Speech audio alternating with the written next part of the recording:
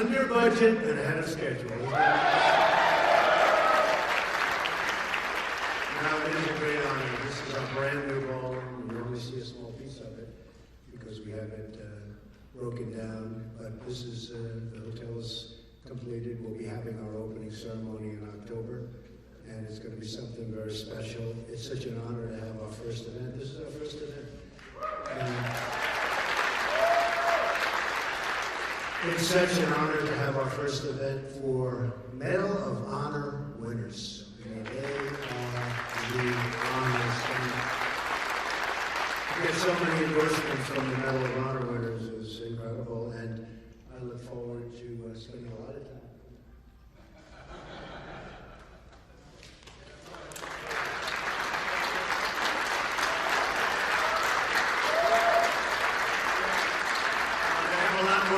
Than I do, of course, all the time. But it is such an honor to have this particular ceremony be the first ceremony, because I think when the hotel opens officially, it will be one of the great hotels anywhere in the world. And I want to thank the GSA General Services. They have been spectacular. These are spectacular people. These are tremendously talented people. All of the workers, all of the construction folks, all of the managers, the hotel staff. Amazing how good our country can do when we want to do it. But we have put in tremendous amounts of work and energy and money. And I really believe, I said this will be the best hotel in Washington. I think it may be one of the great hotels anywhere in the world. That's the way it goes on. So really honored that this is our first event.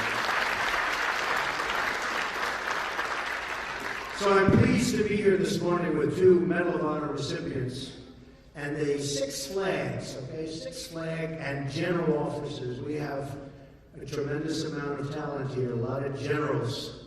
And General Kellogg, General Flynn, we have just, the room is stacked with generals and talented people and leaders. I love leaders. The great people represent 120 flag and general officer endorsements. 120. And that number is going up very rapidly. And now 17 Medal of Honor recipients. In addition, it's a tremendous amount of very, very brave people. In addition, I'm honored to be joined by the many veterans that are supporting us all throughout the room. Thank you very much for being here.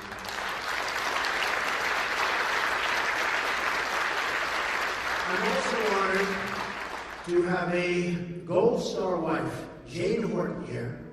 And Jane is with us this morning. Jane, always a joy. Please stand. Thank you, Jane.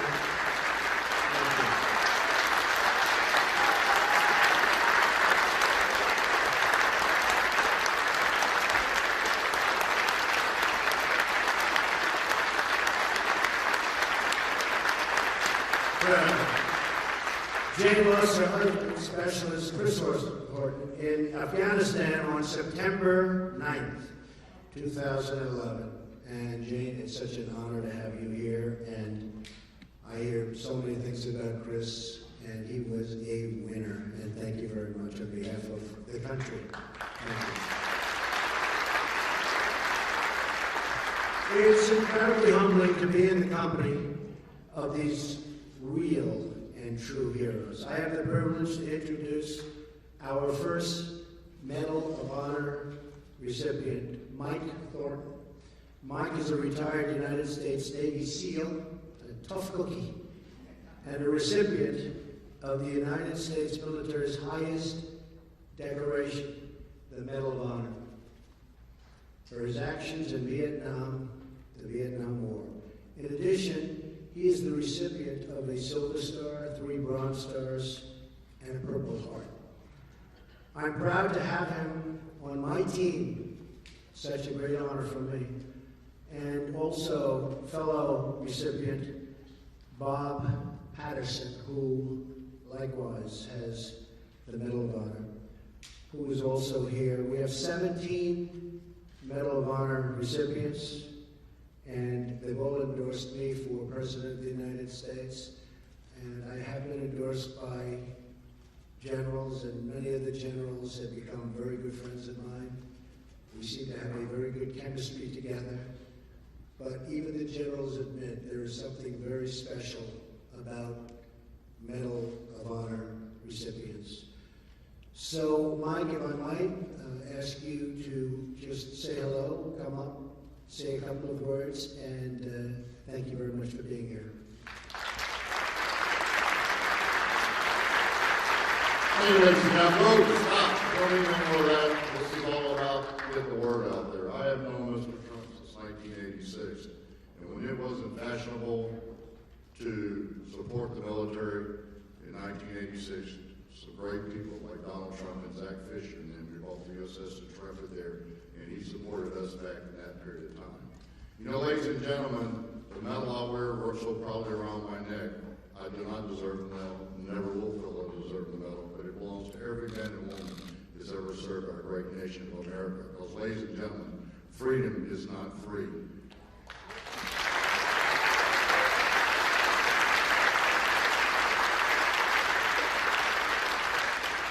Right now, today is the most trying time in my life, which life is very short, but I've been around for almost 70 years. But you know, this election means so much. We do not need any more bureaucratic leadership from Washington, D.C. We need true leadership from the top. Mr. Trump has never failed in anything because he listens to his advisors, he listens to his people. For the last 8 years, our president hasn't listened to anybody. And that's the reason why we lost CIA directors, we've lost Secretary of Defense, and many, many general officers have dropped out or resigned because of his leadership. We cannot stand for 4 more years of leadership like that. We need somebody who's going to lead from the front like Donald Trump.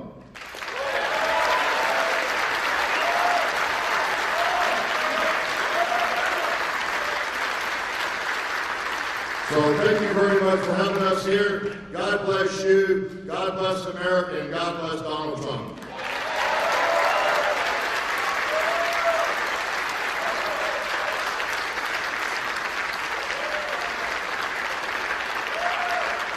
Let's introduce Bob Patterson, my good friend for 45 years. Just like the Army's better.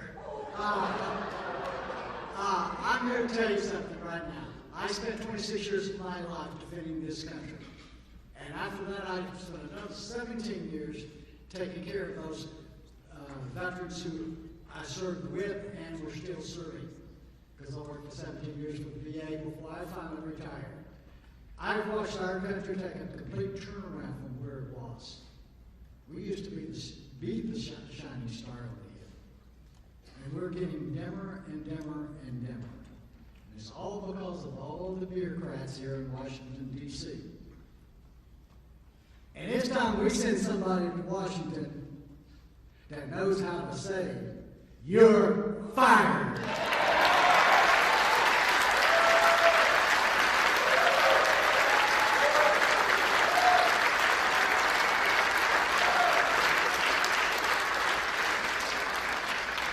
The gentleman I'm going to introduce is Major General Zapata. He is the CEO and President of the United States Mexican Chamber of Commerce based here in Washington, D.C.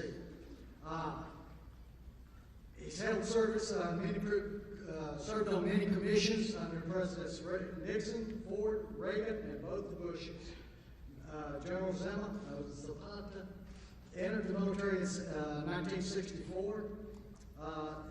And he has numerous awards and decorations, including Silver Star, 5 Bronze Stars with V for Valor and Purple Heart.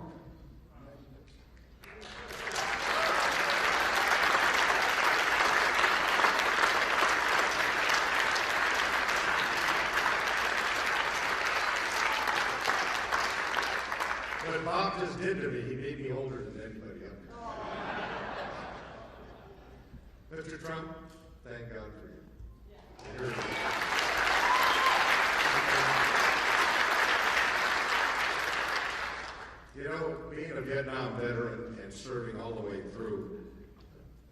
Iraq and Afghanistan or the Department of Defense as the chairman of the Reserve Forces Policy Board for half of the military that we deployed to that region 15 years ago, and we're still there. We're National Guard reserves. And when they came home, they couldn't use the VA because they were not veterans, because they were still part of their reserve and National Guard unit. I know the next President of the United States, Donald Trump, will fix that.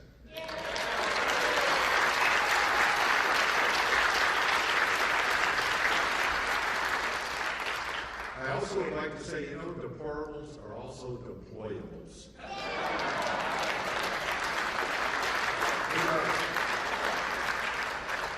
Ladies and gentlemen, it is an honor for me to be here in supporting the next President of the United States who will lead from the front, who has the kind of leadership that we need, and is not afraid to make that decision. Ladies and gentlemen, I'm really honored to be with Donald Trump, and I'm all with you.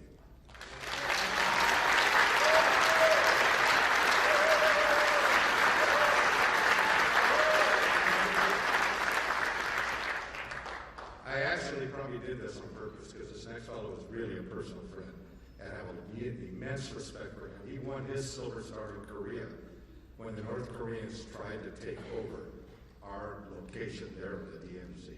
So he's a very special warrior. He is a Major General. It's my honor to introduce you to Major General Kurt Mississauga.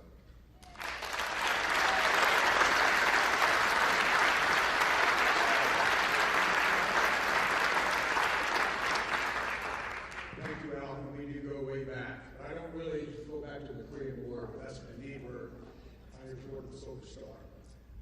After 40 years of serving this nation in uniform and 4 combat deployments, I've become convinced that our nation needs a multidisciplinary interagency approach to defeat our enemies and to secure the long-term fruits of victory. In essence, what we need is some fresh thinking, innovative approaches, and strong leadership. It's been my privilege to have spent some quality time with Mr. Trump on and off the campaign trail over the past few months. And I have been extremely impressed with this gentleman's stamina. And if any of you were privy to his schedule, you would be totally amazed at what he has been able to do.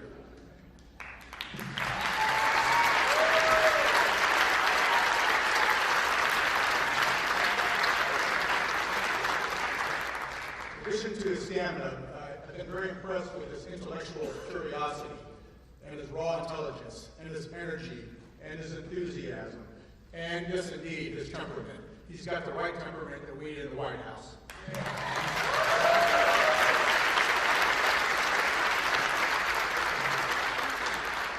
But the thing that I've been most impressed with is his absolute love for the men and women in uniform and the support he's going to give them from the White House.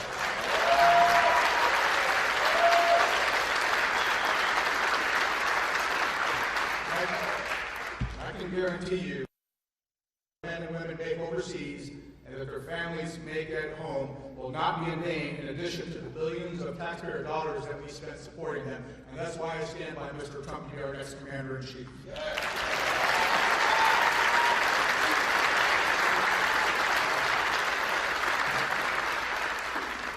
Now it's my pleasure to introduce a fellow comrade in arms, Admiral Don Warren. He's an Naval Academy graduate in the class of '74. He commanded a guided missile frigate, a destroyer squadron. He was an executive assistant to our naval commander of Naval Forces Europe, and he ended a brilliant career as a deputy director for strategic plans and policy, and he covered Russia, Africa, and NATO. So, my pleasure.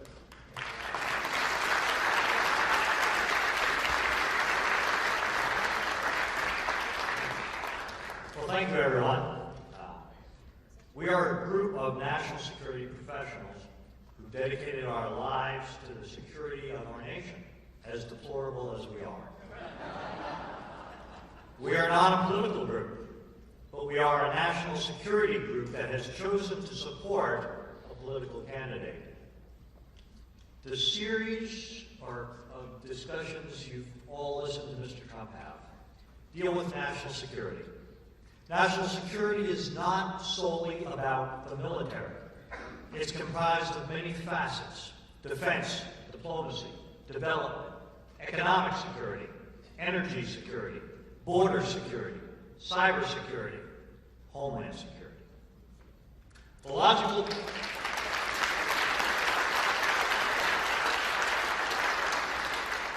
logical policy presentations that Mr. Trump has delivered over the last few weeks lay out a sound strategic approach to providing the security of the nation and the security of all Americans. These policies comprise a holistic approach to addressing the complex facets of national security in a complex and extremely dangerous international world. Moreover, Mr. Trump combines this multifaceted approach to our security with a pronounced commitment to those in uniform serving our nation today. And in fact, all veterans who have worn the cloth of the nation. And that commitment extends to the families of those who have served. For as all of us in this room know, their sacrifice has been as equally difficult, if not more so, than our own. George Washington said, "The willingness with which our young people are likely to serve in any war, no matter how justified, shall be directly proportional to how they perceive veterans of earlier wars were treated and are appreciated by our nation."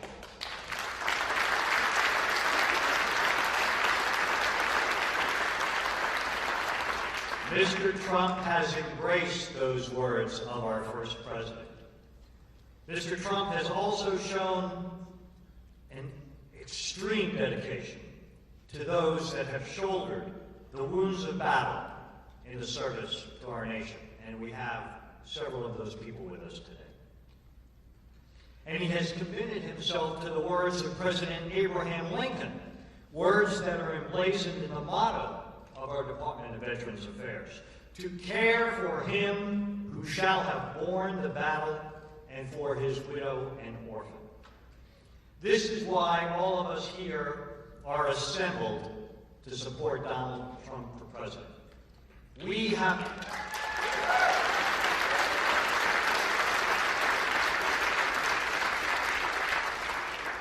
have lived national security for a large part of our lives. We understand how a strong economy, cooperative governance, combined with skilled diplomacy, sound energy policy, sound alliances, and a united American public, all defended by a well-trained, appropriately funded, fully committed, and technologically unsurpassed military, come together to make America strong and make the world a safer place.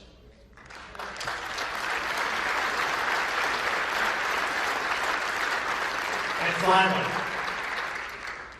all of us on this stage, all of you in the audience who have served, you took an oath.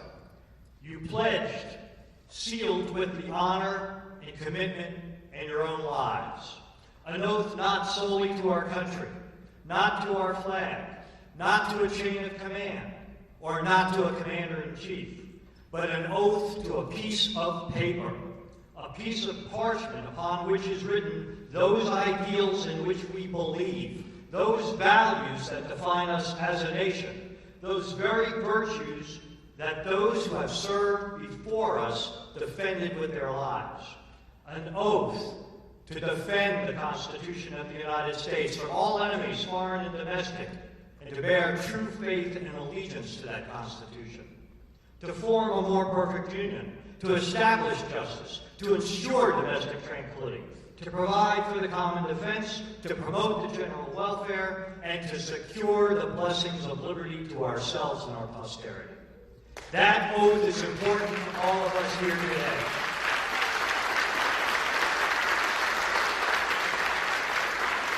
That oath remains the cornerstone of our lives long after we have taken off the uniform. That oath is important to Donald Trump. And he, in fact, will take that very same oath on January 20th, 2017.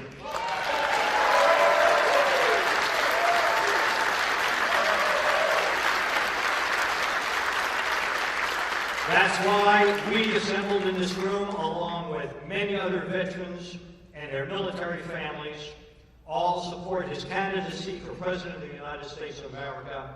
Together, we will all make America great again. Thank every single one of you for your service to our nation, and may God continue to bless our United States of America.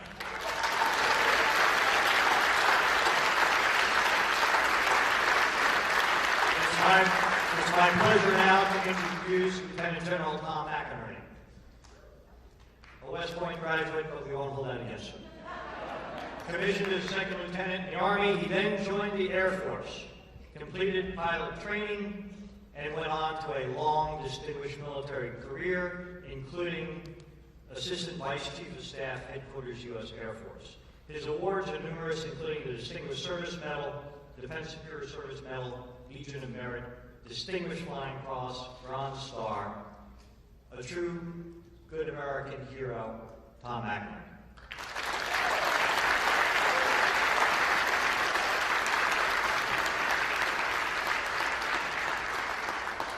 Thank you, Don.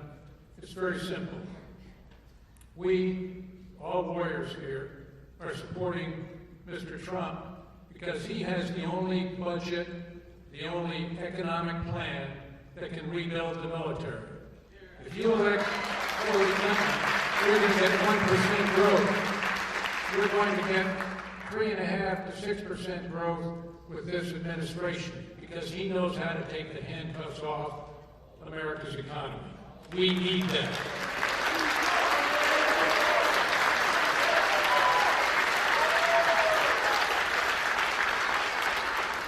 Make it very clear to the American people there is only one candidate that can rebuild the United States military and make us great again.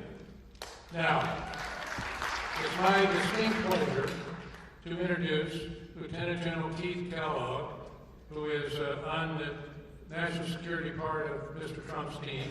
He's doing the transition team for defense and VA affairs. Keith had 2 tours in Vietnam, the 101st Airborne Division, and then with Special Forces. He has a very distinguished career, culminating in the commander of the 82nd Airborne Division, the All-American Division, and finally finishing up as a J6 in the Joint Staff because the chairman wanted a warrior. Keith is a warrior. God bless you, Mr. Trump, and God bless America. Keith Kellogg.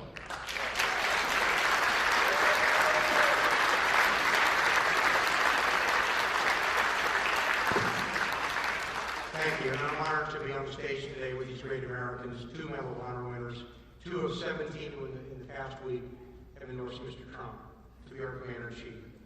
These are men who know the meaning of courage, they know sacrifice, they know character, and they're with us. And I also want to identify again, as Mr. Trump said earlier, Mrs. Jane Horton, the Gold Star wife, Chris Wood.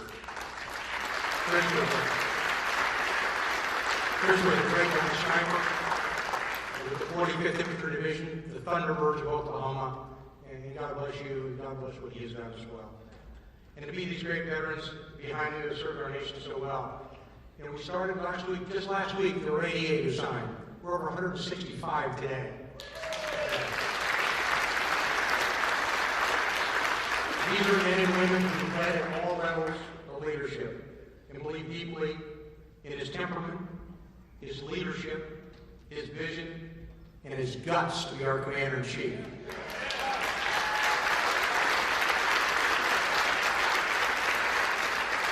For those of you watching, let me tell you a little bit about the people who support him, the people behind me, and the people who are not here, and to the millions of Americans who hopefully are watching. These are commanders who fought in Afghanistan. They fought in Iraq. They fought in Mogadishu. They fought in Panama. We have leaders who've been wounded fighting for this nation. We have leaders who've hunted down Saddam Hussein. And one of the commanders we have on our team hunted down and killed Pablo Escobar, the Colombian drug lord. We're in the middle of a change election. It's really quite simple. To those of you here today, to those of you listening out there, and to those of you watching, if you want to keep the status quo with all its failures and promises more of the same, then you know where you can go. or if you want to move forward with courage, be what we can be, what we should be, and what we will be, then you will elect Donald Trump to be President of the United States of America.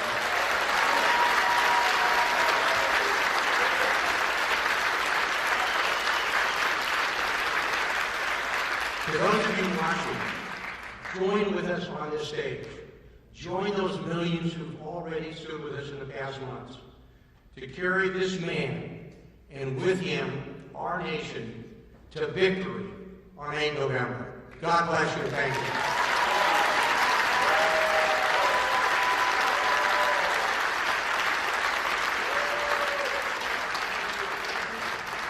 Okay, without further ado, the person that you're here to see and here to listen to, the next President of the United States, Donald J. Trump.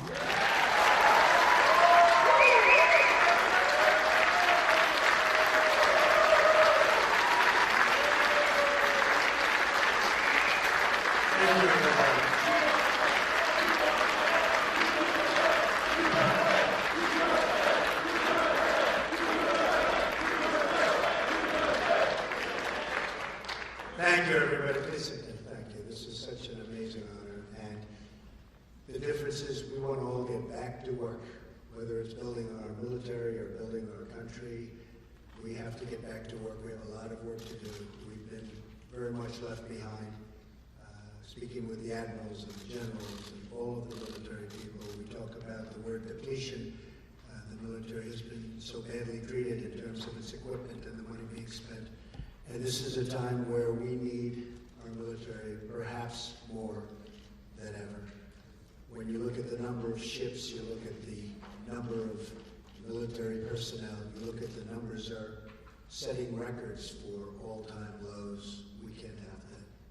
There's a world out there, and it's not nice to say, but there are a lot of very, very evil people heading up some potentially very strong countries. We have to be prepared. We have to keep our country so great and so strong.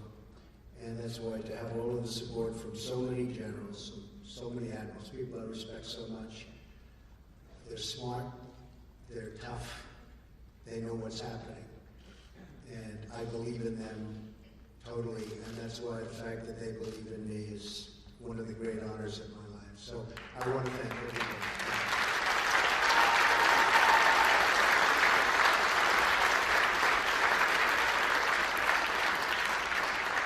Now, not to mention her in the same breath, but Hillary Clinton and her campaign of 2008 started the birther controversy. I finished it. I finished it. You know what I mean. President Barack Obama was born in the United States, period. Now we all want to get back to making America strong and great again. Thank you. Thank you very much. Thank you, everyone. Thank you.